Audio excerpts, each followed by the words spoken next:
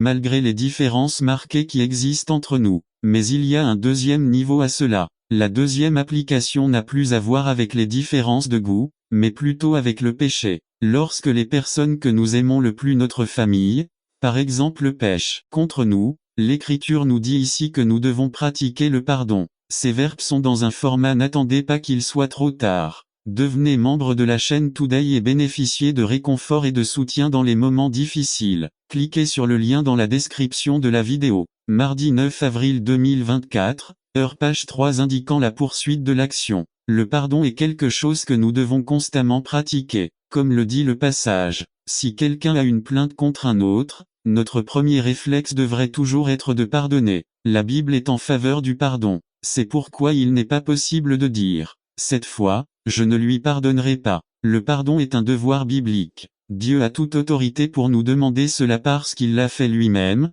le fait et le fera pour nous. À la fin du verset, il nous dit, comme Christ vous a pardonné, vous aussi. C'est formidable. La mesure du pardon n'est pas ma propre patience, ni le mérite du coupable, ni la gravité de l'offense. La mesure du pardon est le pardon que nous avons reçu du Père. Autrement dit, ne vous concentrez pas tant sur l'offense que vous devez pardonner, concentrez-vous plutôt sur le pardon que vous avez reçu du Père. Ne regardez pas si votre délinquant mérite d'être pardonné ou non, considérez comment le Père a traité vos offenses. À son égard, tant que vous continuerez à vous accrocher à ce qui vous a été fait, vous minimiserez vos offenses pardonnées par Dieu. Plus vous serez conscient du grand pardon que vous avez reçu, plus il vous sera intéressant de pardonner à ceux qui vous offensent. Ces deux versets sont très utiles pour nous qui luttons pour pardonner à ceux qui nous offensent, et surtout dans le contexte familial. Ils nous rappellent l'identité que nous avons reçue par grâce élue, saints, bien-aimés. Ils nous rappellent notre nouveau vêtement intérieur miséricorde,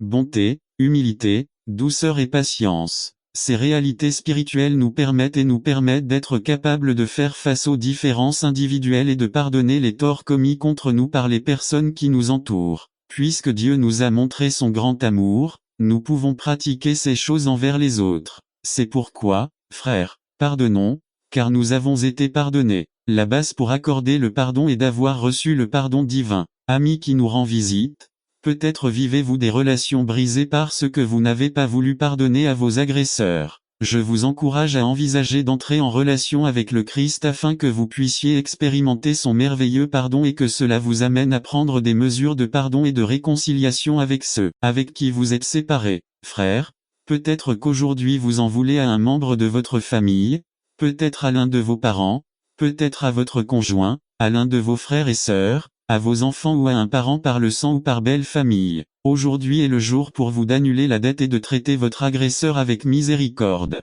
Si vous êtes en Christ, votre nouvelle identité et le nouveau caractère du Christ qui se développe en vous, vous poussent à exprimer avec la grâce de Dieu ces deux paroles qui transforment les relations et les vies. Je te pardonne, j'annule la dette, je vais vous traiter comme le Christ m'a traité. Je te pardonne parce que j'ai été pardonné. N'attendez plus, c'est aujourd'hui le jour pour arranger les choses. Aujourd'hui est le jour où il faut refléter le caractère indulgent du Christ. Pardonnons, car nous avons été pardonnés. N'attendez pas qu'il soit trop tard. Devenez membre de la chaîne Today et bénéficiez de réconfort et de soutien dans les moments difficiles. Cliquez sur le lien dans la description de la vidéo. Mardi 9 avril 2024 page 4 élargir le royaume résumé. Au début, Dieu a dit que nous devons nous multiplier. En outre, il est dit que tout ce que Dieu a créé devait se reproduire selon son espèce. Voyons comment nous procédons. Par Juan Garcia Introduction. Dieu nous a créés dans le but d'étendre le royaume des cieux sur terre. Il veut qu'il y ait sur terre la même chose qu'au ciel. Jésus-Christ lui-même nous le dit et nous l'enseigne dans Matthieu chapitre 6 verset 10.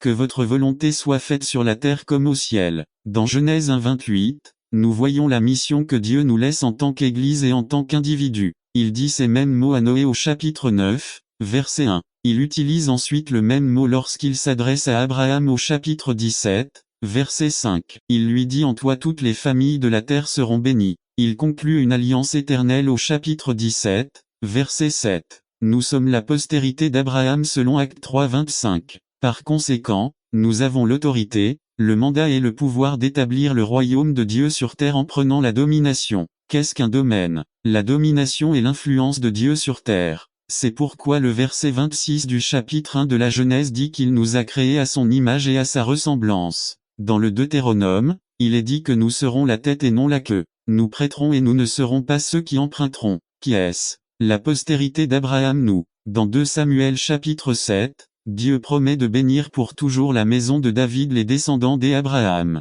Jésus nous dit dans Matthieu 28-19, « Allez donc et faites des disciples les baptisant au nom du Père, du Fils et du Saint-Esprit. » Cela nous parle d'être une influence ou de prendre le contrôle de la terre et de tous ceux qui l'habitent. Y soyez fructueux et multipliez vos expositions. Qu'est-ce que le fruit pour nous? La Bible nous enseigne que le fruit, ce sont les enfants. Nous devons donner notre vie à nos enfants. Nous ne pouvons pas continuer à nous plaindre de nos enfants. Il est facile de mener un combat spirituel dans l'église mais la vraie guerre se déroule à l'intérieur du pays. Les enfants sont un héritage de Jah. Psaume 127:3. Les enfants sont des flèches. Psaume 127:4. N'attendez pas qu'il soit trop tard. Devenez membre de la chaîne Today et bénéficiez de réconfort et de soutien dans les moments difficiles. Cliquez sur le lien dans la description de la vidéo. Mardi 9 avril 2024 page 1-2. Soumettez-le exposition. Possession égale à position. Comment comprenez ce que dit Éphésiens 1:13-14. Nous sommes héritiers et cohéritiers avec Christ. Genèse 9:2 nous montre l'exemple de Dieu, selon lequel nous en sommes les possesseurs. Sans possession, il n'y a pas de position pour annoncer l'évangile. Romains 10:14. Paul met en garde Timothée dans 1 Timothée 4:16. Exposition de la seigneurie. Dominion égale à influence. Domination signifie le flux intérieur est sur vous et en vous. Jésus-Christ a dit du Saint-Esprit qui sera avec vous et en vous. Conclusion. C'est la nouvelle arche égale à Newark faite de bois égale à nature égale à êtres humains. Une vente égale à espoir égale à nouvelles opportunités. Une porte égale à Jésus-Christ. La porte égale à entrée accès. Lui sauver égale à 2008 années du nouveau départ. Ne le faites pas à temps qu'il soit trop tard. Devenez membre de la chaîne Today et bénéficiez de réconfort et de soutien dans les moments difficiles. Cliquez sur le lien dans la description de la vidéo. Mardi 9 avril 2024 page 2. Tout récupérer. Résumé. Parfois, pour tout obtenir, nous devons d'abord tout perdre. Voyons comment cela s'est produit dans la vie de David. Par Juan Garcia. Introduction. Lisons tous ensemble Genèse 18-16-19. La raison pour laquelle Dieu va bénir Abraham est parce que Dieu savait qu'Abraham allait faire la bonne chose. C'est-à-dire que lorsque les choses ne sont pas bien faites, il n'y a pas de bénédiction de Dieu. Dieu nous a donné une responsabilité. Ce n'est pas parce que nous disons que nous vivons par la foi que nous obtenons automatiquement la bénédiction de Dieu. Dieu est un Dieu de l'ordre et il existe des conditions concernant la responsabilité. Le texte dit si vous me servez. Dieu connaissait Abraham et savait qu'il serait prêt à sacrifier son fils unique plus tard. Exposition sur le découragement. Afin de comprendre la bénédiction de Dieu sur la vie de David, nous devons d'abord observer ce qui s'est passé dans les chapitres précédents. Explication. David arrive à un point de sa vie où il en a assez de fuir Saul et au chapitre 27 de 1er Samuel, on voit qu'il abandonne, et dit, « J'irai au pays des Philistins et j'y habiterai ». Application. Il y a des moments dans la vie où Dieu est prêt à nous bénir mais des moments de découragement surviennent. À noter que David se rend au même endroit où il avait obtenu sa plus grande victoire. Vous ne pouvez pas compter sur votre plus grande victoire d'hier. Parfois, nous voulons du soulagement au lieu de continuer à nous battre. Dieu vous le dit aujourd'hui, votre bénédiction est proche. N'abandonnez pas car je vais vous bénir malgré votre situation. Genèse 26:12. Les décisions. 2. Exposition sur la débauche. Si nous regardons le chapitre 27 avec beaucoup de prudence, nous allons trouver David à Gath. En parlant avec le roi philistin Achish, David demande au roi un endroit où habiter et le roi lui donne Psikla. Explication. Rappelons que c'est le lieu des ennemis mais David y demeure 16 mois avec ses hommes 600. La Bible dit qu'il commence à anéantir tout le monde sur terre, y compris les femmes. Lorsque David revient comparaître devant le roi, il fait comme si de rien n'était et trompe le roi. Application. Nous devons comprendre que lorsque nous nous rendons à l'ennemi, c'est-à-dire que nous nous rendons, l'ennemi ne nous poursuit plus. Saul cessa de poursuivre David. David commence à penser que tout va bien. Ne pensez pas que parce que vous avez de l'argent, vous êtes dans la volonté de Dieu. David commença à compter sur ses propres forces. Nous devons prendre soin de ce qui nous appartient et faire ce que les Écritures nous commandent. N'attendez pas qu'il soit trop tard.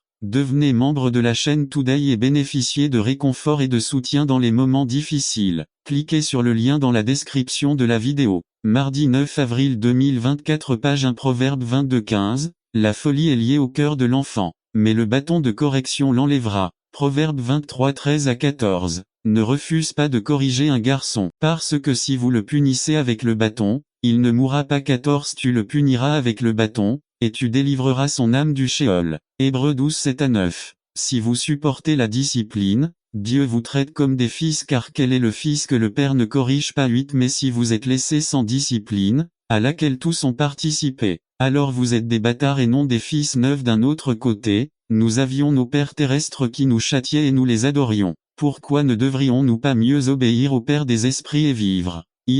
Exposition de la défaite. Au chapitre 29, nous découvrirons que les forces des Philistins se sont unies pour lutter contre Israël. Quel problème David a-t-il? Comment David peut-il aller combattre son peuple? Alors qu'ils sont prêts à aller au combat, l'un des princes philistins reconnaît David comme l'homme à propos duquel il chantait. Saul frappa son miel et David ses 10 000. Explication. Nous devons comprendre que David était maintenant dans la faveur du roi Assij des Philistins et que le roi lui a dit de combattre à l'arrière. Pendant ce temps, les Amalécites entrèrent à Tsikla, détruisirent la ville et emmenèrent tous ceux qui s'y trouvaient captifs. Application. Comme il est intéressant que l'ennemi, après vous avoir donné ce que vous demandez, vous donne lui-même. Le même ennemi qui vous a tout donné vous enlève désormais tout. Les propres gens de David voulaient maintenant le lapider. Qu'est-ce qui se passe? Au chapitre 30, verset 7, nous voyons ce qui se passe. David s'humilie et demande les faux. Les décisions que nous prenons affectent non seulement nous mais aussi la famille. Conclusion. Dieu nous a donné tout ce que l'ennemi nous a volé. Il nous dit aujourd'hui, allez tout récupérer. Même si c'était peut-être de notre faute si l'ennemi a pu entrer et nous enlever nos enfants, nous enlever notre paix, nous enlever nos finances, aujourd'hui Dieu nous dit d'aller vous battre parce que vous allez tout récupérer au nom de Jésus. N'attendez pas qu'il soit trop tard. Devenez membre de la chaîne Today et bénéficiez de réconfort et de soutien dans les moments difficiles. Cliquez sur le lien dans la description de la vidéo mardi 9 avril 2024 page 2. Si telle est la volonté de Dieu résumé, il y a des moments où nous pensons que Dieu ne veut pas le meilleur pour nous ou que nous ne méritons pas le meilleur de Dieu. Mais néanmoins, Christ est mort pour que nous puissions avoir la vie et la vie en abondance. Ouais, c'est la volonté de Dieu. Par Juan Garcia. Introduction. En tant qu'enfant de Dieu, l'une des questions que nous nous posons à propos des choses de Dieu est: est-ce la volonté de Dieu? Nous nous posons souvent cette question, mais la personne que nous attendons le moins pour recevoir la réponse est Dieu. Pour comprendre les paroles du prophète Agé, nous devons voir leur contexte historique. Le peuple juif avait été capturé en 587 avant JC par les Babyloniens et leur roi Nabuchodonosor. Après 70 ans de captivité, les Mèdes perses prennent le pouvoir sous le roi Cyrus. Le roi Cyrus signe un édit autorisant les Juifs à retourner dans leur pays. Beaucoup sont restés à Babylone et en Perse, mais un reste est retourné à Jérusalem pour reprendre sa vie dans son pays natal. La première chose qu'ils décidèrent de faire fut le temple de Jéhovah. Ils voulaient construire le temple pour que la gloire de Jéhovah leur revienne. Ils ont bien commencé, mais ils se sont mal terminés. Après que certains Samaritains aient commencé à leur poser des problèmes, les Juifs ont arrêté de travailler et le travail est resté pendant environ 14 ans. C'est là qu'intervient le prophète Agé avec la parole de Dieu. La question qui se pose aujourd'hui est: quelle est la volonté de Dieu? Que veut Dieu de nous? Nous devons comprendre que de nombreuses bénédictions que nous ne recevons pas sont dues au fait que nous faisons cette réflexion sans d'abord comprendre le cœur de Dieu. Ainsi, lorsque nous arrivons à une conclusion sur ce qu'est la volonté, nous prenons une décision basée sur ce que nous pensons être la volonté de Dieu et non sur ce que Dieu dit être sa volonté pour nous. Objectif, priorité et plan. Exposition. Dieu est un Dieu de but, de priorité et de plan. Rien ne se produit sans qu'il nous révèle d'abord sa volonté. Sa parole nous enseigne clairement que si nous lui crions, non seulement il nous répond, mais il nous montre des choses cachées que nous ne connaissons pas. Gr 33.3. Explication. Cela nous montre le fait que nous devons d'abord penser au dessein de Dieu. Quel est ton dessein, Seigneur? Quel est mon but? Alors demandons-nous quelles sont mes priorités. Est-ce que je mets vraiment Dieu à sa place? Premier. Quels sont tes projets pour ma vie? Mes projets sont-ils conformes aux vôtres? Application. Si nous voulons connaître ces choses, nous devons connaître notre Dieu intimement. La seule façon d'y parvenir est de passer par sa sainte parole. Objectif. Éphésiens 1:11 dit: en Christ,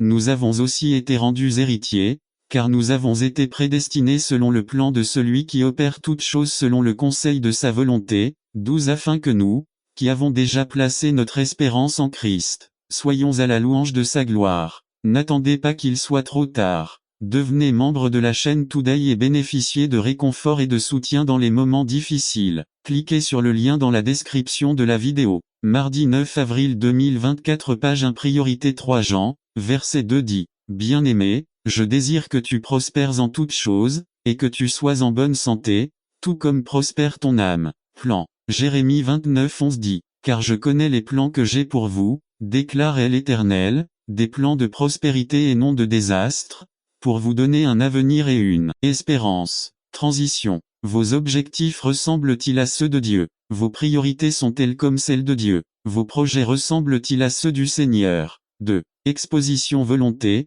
parole et voix. Dieu, à travers le temps, a voulu que nous comprenions sa volonté, sa parole et ses voies. Le peuple juif, à son retour de captivité, connaissait la volonté de Dieu à son égard. Il connaissait la parole de Dieu et connaissait les voies de Dieu. Que s'est-il passé pour qu'il ne l'ait pas fait? Explication. Beaucoup d'entre nous, semaine après semaine, entendons la parole de Dieu prêchée, administrée, etc. Mais quelque chose se passe en nous qui nous empêche de l'accomplir. Nous ne faisons pas ce que nous sommes censés faire. Application. Le Seigneur nous appelle à le connaître plus intimement. Lisons le psaume 37. Will. Nous nous concentrons sur les autres. Dieu dit je prendrai soin de versets 1 à 2. Mots. Nous devenons frustrés et affligés. Dieu dit fais-moi confiance et prends plaisir à moi versets 3 à 4. Chemin. Nous improvisons et essayons de créer des chemins propres. Dieu dit que nous devons nous confier à lui et encore une fois, avoir confiance en lui 4-5. Lire jusqu'au verset 11 transition.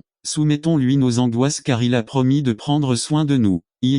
Exposition protection, progression et persuasion. L'une des raisons pour lesquelles nous ne comprenons pas la volonté de Dieu pour nos vies est la peur des choses que nous ne connaissons pas et le manque de foi que nous appliquons dans notre vie quotidienne et ce faisant, nous sommes facilement influencés ou convaincus par ce que nous entendons et voyons. Explication. Nous devons garder à l'esprit que ce que nous avons été appelés à faire pour Dieu ne sera pas vu au premier abord par des yeux charnels. Jésus a dit, « Bienheureux ceux qui n'ont pas vu et qui ont cru », en faisant référence à Thomas qui doutait d'être ou non Jésus après sa résurrection. Application. Nous ne pouvons pas compter sur notre protection ni nous laisser emporter par la progression que nous pensons devoir avoir. En même temps, nous ne pouvons pas être facilement persuadés de ce que le monde nous dicte. Protection. Le psaume 91 dit, « Celui qui habite sous l'abri du Très-Haut habitera à l'ombre du Tout-Puissant. » Progression. Acte 6:8 a dit, « Alors ceux qui étaient rassemblés autour de lui demandèrent, « Seigneur, vas-tu maintenant restaurer le royaume d'Israël ?» Ce n'est pas à vous de connaître l'heure ou le moment déterminé par la propre autorité du Père,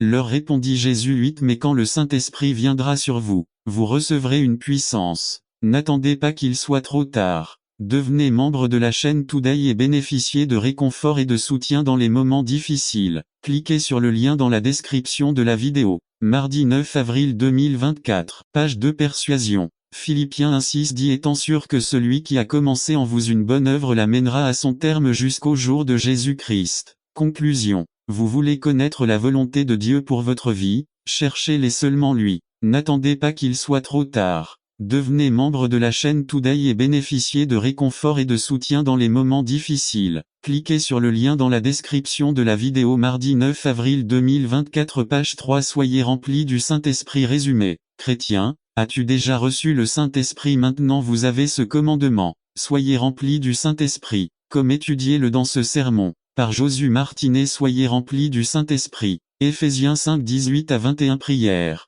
Seigneur, merci pour ta parole, nous avons déjà entendu que tu nous commandes. Soyez remplis du Saint-Esprit, donne-nous la sagesse et l'humilité pour nous y soumettre. Au nom de Jésus, Amen. Éphésiens ordonne aux chrétiens de vivre dans la sainteté. La seule façon pour un chrétien de vivre dans la sainteté est d'obéir à F5:18 Soyez remplis du Saint-Esprit. Si quelqu'un essaie de marcher dans les voies de Dieu sans être rempli du Saint-Esprit va échouer parce que la puissance de Dieu est nécessaire pour marcher dans l'humilité, l'amour, la sagesse et l'unité. Pourquoi y a-t-il de l'orgueil, du ressentiment, de la folie et des divisions? Parce que nous vivons avec notre ego très gonflé. C'est pourquoi aujourd'hui Dieu nous commande, soyez pleins du Saint-Esprit. On a demandé à 2 jeunes, qu'est-ce que cela signifie pour vous d'être plein du Saint-Esprit? Jeune homme charismatique. C'est une extase spirituelle si forte que parfois elle vous assomme et alors vous parlez en langue. Jeune presbytérien, ce n'est rien, c'est juste avoir l'idée que le Saint-Esprit est présent. Aucune de ces réponses n'est correcte. Le contraste. Ne vous enivrez pas de vin dans lequel il y a de la dépravation,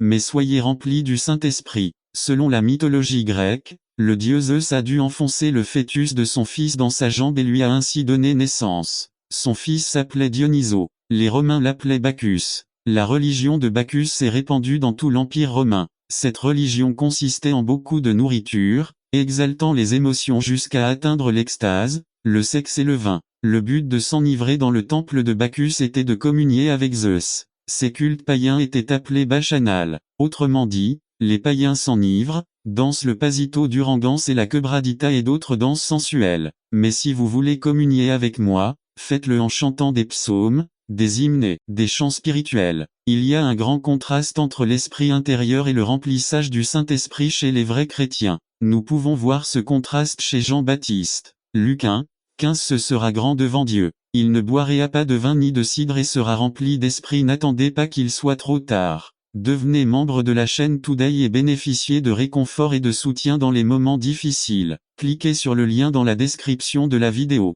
Mardi 9 avril 2024 page 1. On peut aussi voir ce contraste le jour de la Pentecôte. Acte 2, 4 Ils ont été remplis du Saint-Esprit et commencent à parler dans d'autres langues. Acte 2, 9 à 11 Parthes, Mèdes, Élamites, Palestiniens, Juifs, ceux du Pont, d'Asie, de Phrygie, de Pamphylie, d'Égypte, d'Afrique. Les Romains, les Crétois et les Arabes, nous les entendons parler dans nos langues les merveilles de Dieu. Certains pensaient que les chrétiens faisaient aussi des bacchanales comme les païens. Fait 2, 13 Ils sont pleins de vin nouveau égal à 20 Pierre se lève pour leur faire remarquer le formidable contraste entre une bacchanale et le remplissage du Saint-Esprit. Acte 2, 15 Ceux-ci ne sont pas ivres, un ivrogne dit de pure bêtise, ils sont remplis du Saint-Esprit et glorifient Dieu 2. C'est un commandement, c'est un ordre, Dieu ne nous laisse pas le choix, nous avons l'obligation d'être remplis du Saint-Esprit. Dans de nombreuses chaires, on enseigne qu'il vous suffit de recevoir Christ et que le paradis vous est garanti.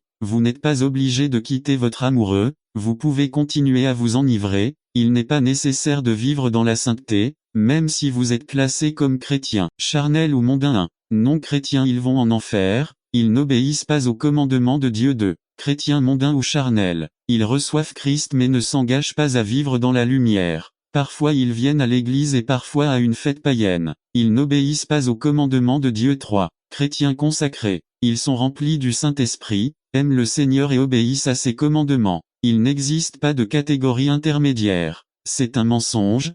Tous les chrétiens ont été sauvés du royaume des ténèbres pour marcher dans sa lumière. La Bible dit que ceux qui marchent dans les choses de la chair ne sont pas rachetés. Romains 8-7 Car les imaginations de la chair sont inimitié contre Dieu parce qu'ils ne se soumettent pas à la loi de Dieu, et ils ne le peuvent pas non plus. Romains 8 Et ceux qui vivent selon la chair ne peuvent plaire à Dieu. Le Saint-Esprit demeure chez les chrétiens. Une sœur m'a dit, je suis chrétienne depuis de nombreuses années mais je réalise à peine que je n'ai pas le Saint-Esprit. Cela ne peut pas être, il n'y a pas de chrétien sans le Saint-Esprit. Romains 9 Mais vous ne vivez pas selon la chair, mais selon l'Esprit, si toutefois l'Esprit de Dieu habite. N'attendez pas qu'il soit trop tard. Devenez membre de la chaîne Today et bénéficiez de réconfort et de soutien dans les moments difficiles. Cliquez sur le lien dans la description de la vidéo. Mardi 9 avril 2024 page 2 En toi. Et si quelqu'un n'a pas l'Esprit du Christ, il ne lui appartient pas. Et si l'Esprit venait habiter dans mon cœur mais s'en allait à cause de mes péchés.